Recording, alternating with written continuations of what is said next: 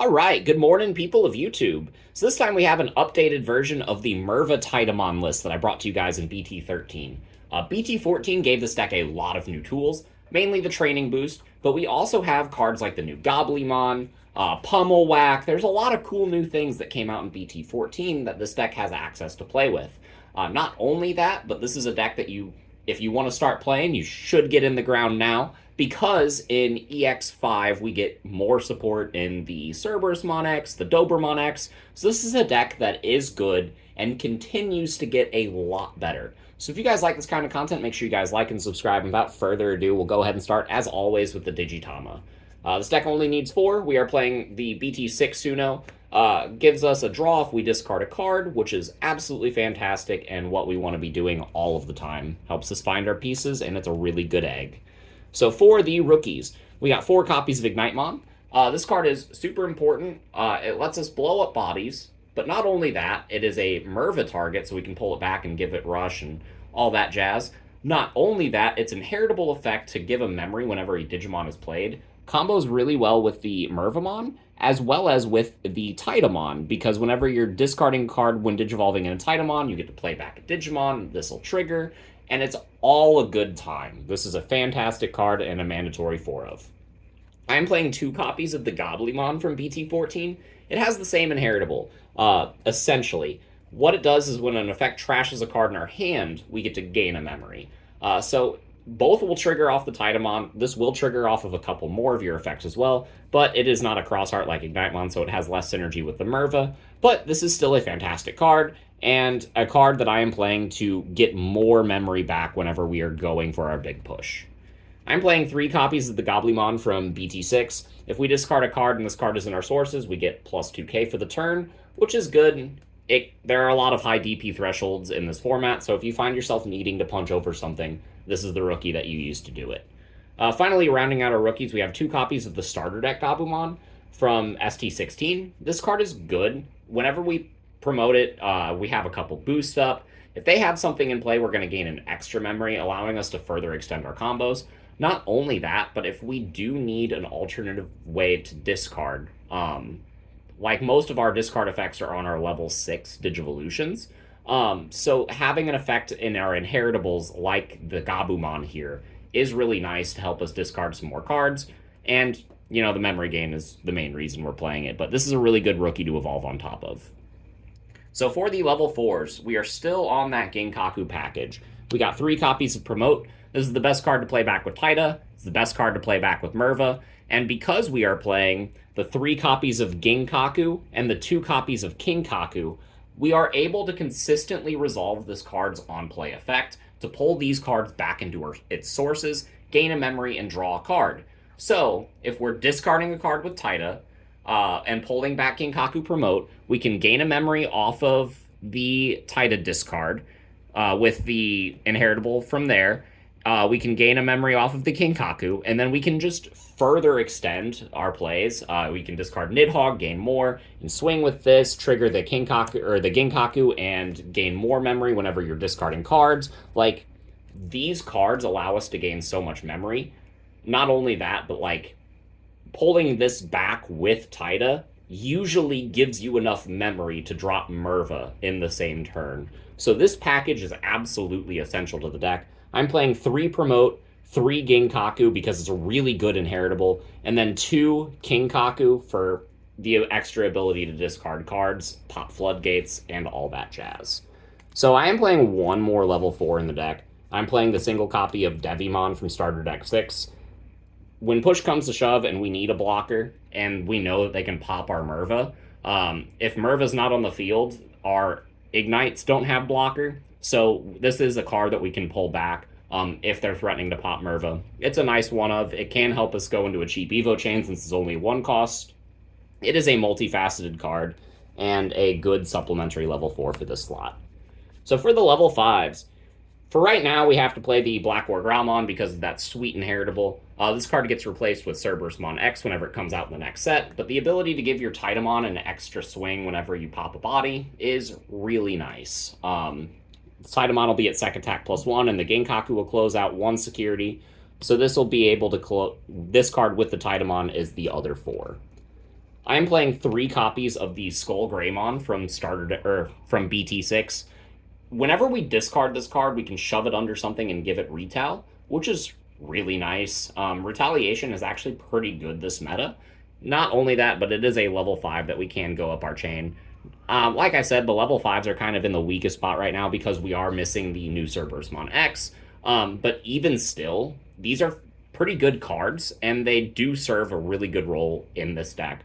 And I think they're the best options that we have in the game right now.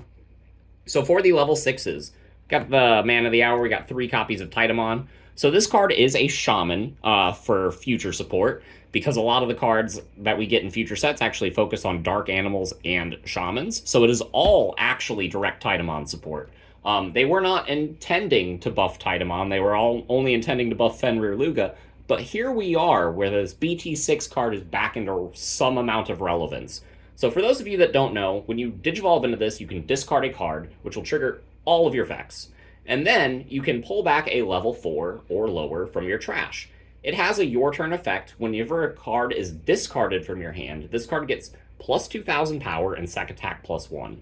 So if you are going to go into if you're going to go into a level 7 on top of this, I believe it will retain that buff.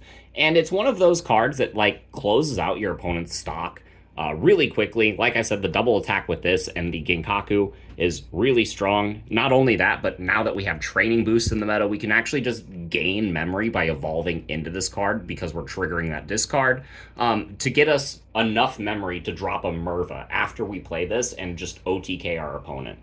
This is a really fantastic boss monster. The fact that it discards a card, gets sec attack up, makes itself bigger, and pulls something out of the trash is the reason that we are choosing it. Not only that, but the Shaman support is relevant for future sets. We are playing 2 copies of Merva. I feel like any more than this is kind of bricky. You're usually going to see this card when you need it. Not only that, but it's a purple deck, so we have ways to find our pieces and recur them, and we have boost to find this card as well. But this card is a great offensive and defensive backbone. It's a really good card for whenever you need to make a pivot between both styles, and it's just very flexible. It's very fantastic. It puts a bunch of blockers in play. It puts a bunch of rush bodies in play. Like, this card is an overall really good card, and it's only going to get better in future sets. So for the last level 6 that we want to Digivolve into, we play the 1 copy of Metal Garurumon Ace. This card is actually pretty good this format. If our opponent is swinging, Blast Evolution is a thing. Skull Greymon does have a cool when attacking effect, so that you can do a bunch of things with that and kind of bait them into this card. But not only that, this is a level 6 that you can evolve into for free, essentially, because you're going to discard 3, gain 3 memory back. If you have Mats to tap, you're gaining memory. If you have Nidhogg's to discard, you're gaining memory. If you have inheritable effects, you're gaining memory. So this is a card that really incentivizes you to go into this level 6 and then also drop a Merva because of how much memory you are gaining off of going into this card. I think it's a really cool one-of. I don't think it needs to be at any higher of a number, but I do really like this card for what it provides for the deck. So the last level 6 in the deck is going to be the 3 copies of Nidhogg. I had to drop this card down by 1 to make room for some of the search cards, but with the amount of memory that we're saving off of our new training boost, I feel like cutting this card down by 1 is perfectly acceptable.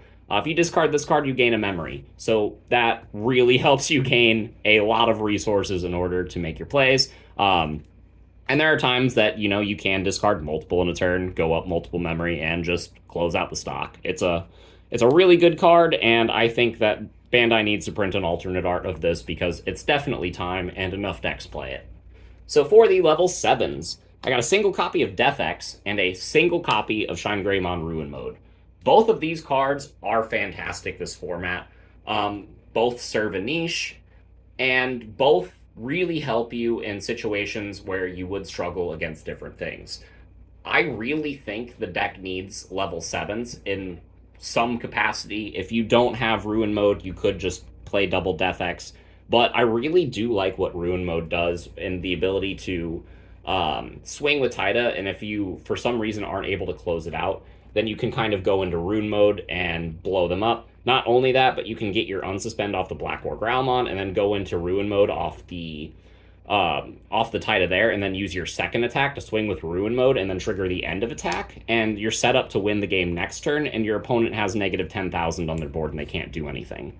Likewise, if you are setting up your boost, and you take a little bit too long to get set up, and cards like D-Brigade, or Fenrir Luga, or Bloomlord are pushing game, Death X is going to be a card that is going to save you a lot. So I really like both of these cards, and if I had room, I would play more than one of each, but, like, we don't, and it's a purple deck, so we find our pieces pretty well, and both of these cards are searchable. So play level 7s, people, or they'll win you games.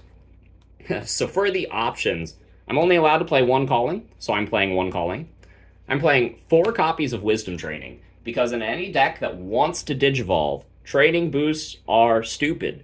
It helps you find your pieces. Because of this card, you can get away playing lower numbers in your rookies, champions, and ultimates because you're just going to be searching them. It is absolutely optimal to play multiple trainings in the early game, especially since this deck does have ways to pop floodgates with the Kinkaku and cards like that. This is really fantastic and a card that you really need to be taking full advantage of in BT14. I am playing 2 copies of Purple Memory Boost as well. Like I said, finding our pieces is really important. Most of the time, you will sit on a rookie in the back and then just drop multiple boosts, pick up everything else you need along the way. Get a bunch of memory in one turn off of your discards and your boost, and then close out the stock out of the raising area. So these cards are really fantastic, and I don't want to play any less than 6 boosts in Titamon. So for the rest of the options, something that I do want to draw your attention to is in BT14, we got a new card called Pummel Whack. It is just like Underworld's Call in a lot of ways. So I'm playing right now 2 Underworlds, 1 Pummel Whack. I could reverse this ratio. I could just play 3 copies of Pummel Whack, especially if you're playing in a meta that has a lot of players that are blast evolving. Then Pummel Whack is really cool because for 3 memory, you can blow up a level 4 if you want to cast it from your hand. But if you discard any of these cards off of your effects, you just draw a card, which is really fantastic. Out of security, they all use their main effect, so Pummel Whack will pop a small body. If they hit Underworld's Call out of security, you can pull back like a Genkaku Promote, and then put the necessary sources under it, and then gain a memory on their turn out of security. So this card is really nice. Not only that, but like I said, we are gaining a lot of memory in this deck. If we need just one more attack to close out the game and we can't get all the way up into a Merva, we can always Underworld's Call, back a Genkaku Promote, get the pieces under that, and then swing with it. And it's really fantastic. It essentially makes Underworld's Call a 3 cost to summon a level 4 Rush Body. That can also discard you a card and pop a level 3, and that's really good. So I like these cards, and they do a lot for the deck. Closing out the list, we do have a single Tamer that we are playing. I'm playing 3 copies of the starter deck Matashita. Sets us to 3, gains us memory when we discard. Kind of everything it says on the box, like this is just what the deck is designed to do. Having this card, a training boost, and a rookie in the back is essentially a surefire way to just kind of win the game. And Titamon's pretty good at doing that. So yeah, these are the 50 cards that I am playing. This is a deck that is a lot of fun and plays like a meta deck, even though it looks like an off-meta deck. So let me know what you guys think in the comments down below, and we will see you all in the next video. Bye, everyone.